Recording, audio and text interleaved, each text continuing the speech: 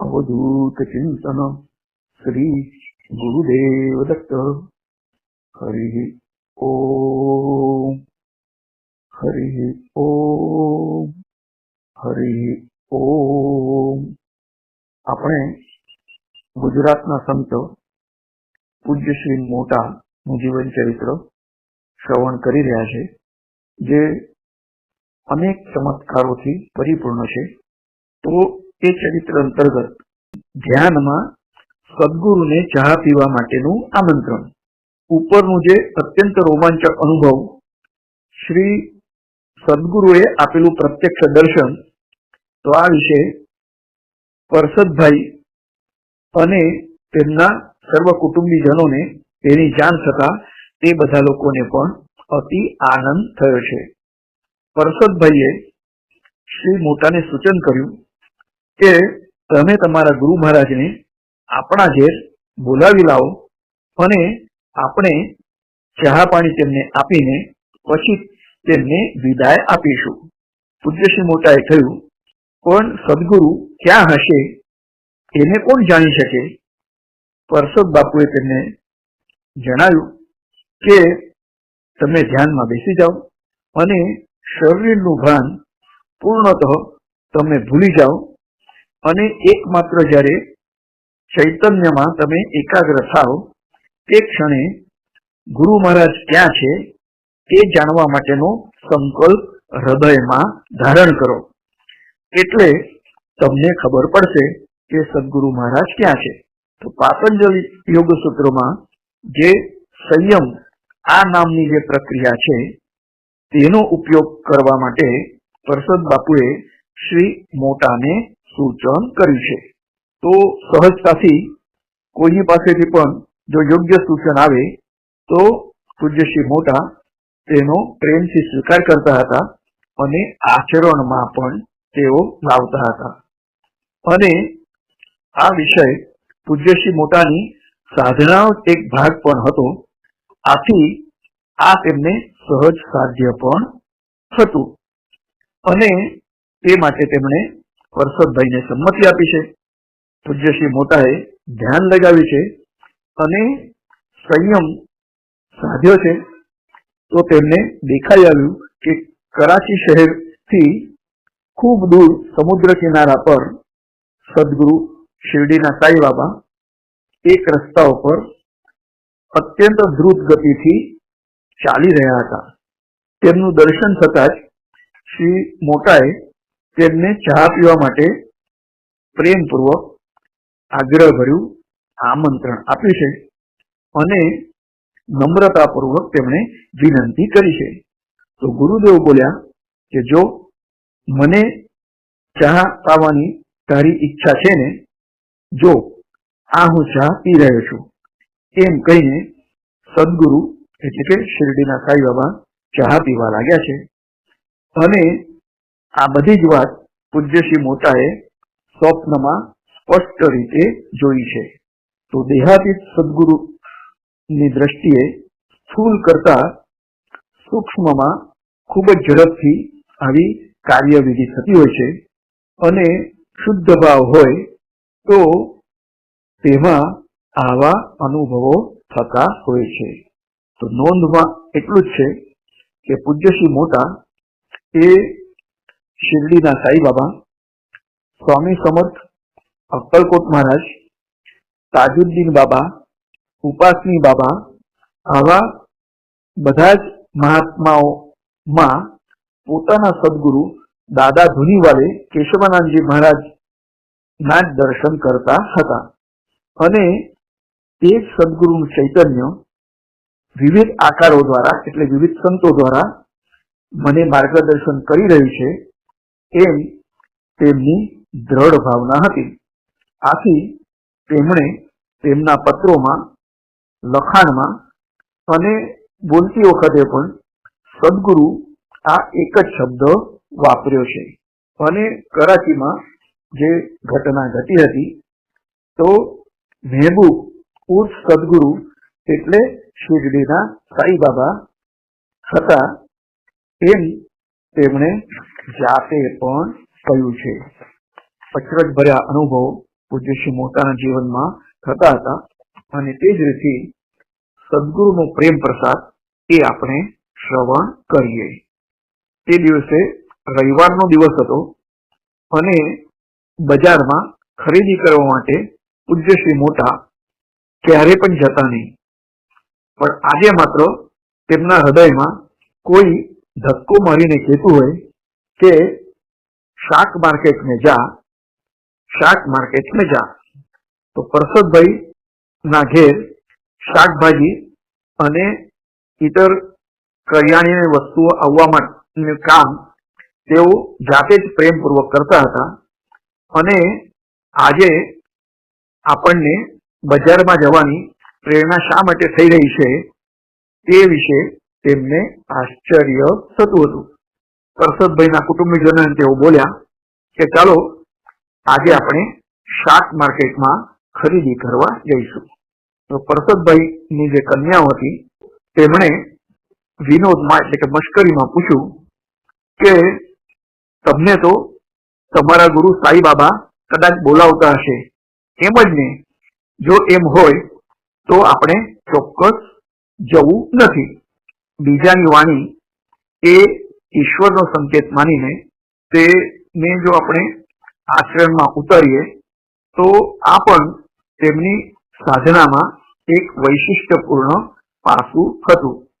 અને તેને લીધે જ જે શબ્દ બોલાય એટલે પડતા ફળની આજ્ઞા એમ માનીને તેનો સ્વીકાર કરવો જોઈએ. એ રીતથી તેઓ બજારમાં જવાનું તેમણે રહિત કર્યું. તો બજારમાં તો પૂજ્યશ્રી મોટા ગયા નહીં, પણ સદગુરુની સૂક્ષ્મ ઉપસ્થિતિનો અનુભવ તેમણે સમગ્ર દિવસભર કર્યો છે. અને જીવંત અનુભવ હતો એ તેમણે અનુભવ્યું છે. બીજા દિવસે સવારે બધા સાથે તેઓ મોટર દ્વારા ખરીદ કરવા નીકળ્યા છે. અને સિનિયર સ્ટીમ નેવિગેશન ની ઓફિસમાં તેમણે બધાને બેસાડ્યા છે અને પોતે એકલા જ શાક માર્કેટ તરફ ગયા છે. શાકભાજી ખરીદ કર્યા પછી તેમના ધ્યાનમાં આવ્યું કે પૈસાનું પાકીટ તો તેઓ ઓફિસમાં જ ભૂલી ગયા છે. પણ રોજ તેઓ એક જ શાકવાળા પાસેથી શાક ખરીદ કરતા હોવાથી પૈસા ના હોય તો પણ પ્રશ્ન ન હતો. પૈસા બીજા દિવસે હું આપીશ એમ કહીએ તો પણ ચાલવા જેવું હતું. તો શાકભાજી લઈને તેઓ બજારમાંથી બહાર નીકળતા હતા અને સામે પ્રત્યક્ષ ગુરુ મહારાજ ઉભા હતા, એટલે કે સાઈ બાબા. તેઓ દોડતા ગયા અને તેમણે ગાઢ આલિંગન આપ્યું છે. તેમનું હૃદય પ્રેમના મોજા ઉછાળા મારવા લાગ્યું અને નેત્રો પણ તેમના સજલ થયા છે. ગુરુદેવે પણ તેમની પીઠ થપથપાવી છે અને શરીર ઉપરથી હાથ ફેરવીને તેમણે ચુંબન પણ લીધું છે. પછી મધુરયુક્ત હસતા હસતા સાઈ બાબા બોલ્યા કે કાલે તારી કેટલી મેં રાહ જોઈ અને 2 કરંડિયા ભરીને પ્રસાદ તારા માટે મેં લાવી મૂક્યો હતો. છેવટે તું ન આવ્યો એટલે તારા નામ ઉપર મેં 2 કરંડિયા ભરીને પ્રસાદની ખૈરાત કરી નાખી, એટલે લોકોને આપી દીધો. આજે ફરી 2 કરંડિયા ભરીને પ્રસાદ તારા ઉપર ખુશ થઈને લાવ્યો છું, તો તું તારી સાથે લઈ જા. તો મોટરમાં પણ માવી ન શકાય એવા મોટા મોટા 2 કરંડિયા હતા અને છેવટે હમાલ દ્વારા તે ઘેર લઈ જવા પડ્યા છે. નમાજના દિવસે આજ્ઞાપાલન કર્યું તે ખુશીમાં ગુરુ મહારાજે તે પ્રેમ પ્રસાદ જાતે લાવી આપ્યો હતો અને અમને સુપ્રત કર્યો હતો. અને 1 કરંડિયામાં જુદા જુદા પ્રકારની મીઠાઈ ભરેલી હતી અને બીજા કરંડિયામાં બરાત અનેક પ્રકારના ફળો અને સૂકો મેવો ભરેલો હતો. અને તે જોતા જ પૂજ્ય શ્રી મોટાની આંસુમાંથી આંસુ નીકળવા લાગ્યા છે. આપણે ગુરુ મહારાજની એક નાનકડી આજ્ઞાનું પાલન કર્યું, એનું ગુરુ મહારાજને એટલો આનંદ થયો અને એની કેવી રીતે તેઓ પ્રશંસા કરે છે એનું સ્મરણ થતા જ તેમની આંખો પણ ફરી આર્દ્ર થઈ છે. તો જે રીતથી માતાજી પોતાના પુત્ર ઉપર જે રીતથી વાત્સલ્ય ભાવ દર્શાવે છે, પ્રેમ વર્ષાવ કરે છે, તે જ રીતથી ગુરુદેવ પણ શિષ્ય ઉપર આ જ પ્રમાણે કૃપા વર્ષાવ કરતા હોય છે. અને તેઓ ભાવ વિભોર થયા છે અને દોડતા દોડતા જઈને તેમની ખોળામાં મસ્તક મૂકીને પડી રહેવું એમ તેમને થયું અને ઘરના બધા જ કુટુંબીજનોને તે અમૃતતુલ્ય પ્રસાદ પેટ ભરીને ગ્રહણ કર્યો છે અને તે સિવાય ઇતર લોકોને પણ તે પ્રસાદ તેમણે વહેંચ્યો છે. તે પ્રસાદ ઘણા દિવસો સુધી ચાલ્યો છે અને પ્રસાદ પછી ખલાસ થઈ ગયો, તેમ છતાં તેની જે અમૃતતુલ્ય યાદદાસ્ત હતી તે પણ અનોખી તૃપ્તિ આપતી હતી અને તે ક્યારે પણ ભૂલી શકાય નહીં એવી ગુરુ મહારાજની યાદ હતી. પૂજ્ય શ્રી મોટાના જીવનમાં જે અનેક પ્રસંગો આપણે જોઈ રહ્યા છે, તો દરેકમાં કંઈક કંઈક અચંબાભરી ક્રિયા થતી હોય છે. એના પછી છે ગુરુ દક્ષિણા, પ્રસાદ બધાને વહેંચી દે. તો ગુરુ કૃપા થકી અને સ્વપુરુષાર્થથી સાધના પૂર્ણ થઈ અને પોતાને ધ્યેય પ્રાપ્તિ થઈ છે એમ પૂજ્ય શ્રી મોટાને લાગ્યું છે, ત્યારે તેમણે ગુરુ મહારાજને અંતઃકરણમાં પ્રગટ કરાવીને નમ્રતાથી પૂછ્યું છે કે ગુરુદેવ, આપની કૃપાથી અને આશીર્વાદથી મેં જે કંઈ પ્રાપ્ત કર્યું છે અને તેની ગુરુ દક્ષિણા તરીકે મારે આપને શું આપવું જોઈએ?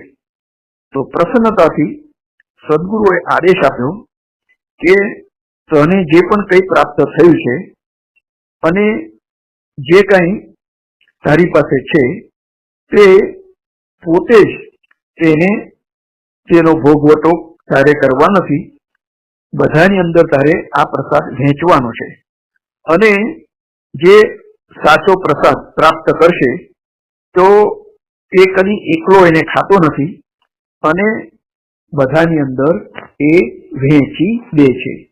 બીજી ગુરુ દક્ષિણા બાકી છે કે સજ્જન દુર્જન આ બંને પ્રત્યે તારે સદભાવ રાખવાનો છે. તો ગુરુ મહારાજે આગળ જણાવ્યું કે તારી પાસે સજ્જન પણ આવશે અને દુર્જન પણ આવશે, એ બંને પ્રત્યે તારે સમભાવ રાખવાનો છે અને એક પ્રત્યે કુભાવ અને એક પ્રત્યે જો સારો ભાવ એમ ક્યારે પણ રાખવાનો નથી. બંને પ્રત્યે આપણે હૃદયમાં તેમના પ્રત્યે સમભાવ હોવો જોઈએ અને તે બધાનું આપણે કલ્યાણ ઈચ્છવું જોઈએ. જો વધારે ભાવ કોઈના પ્રત્યે રાખવો હોય તો દુર્જન પ્રત્યે તારે વધારે ભાવ રાખવો જોઈએ, જેના થકી દુર્જનો પોતાની દુર્જનતા છોડી દે અને તેઓ સજ્જન બની જશે.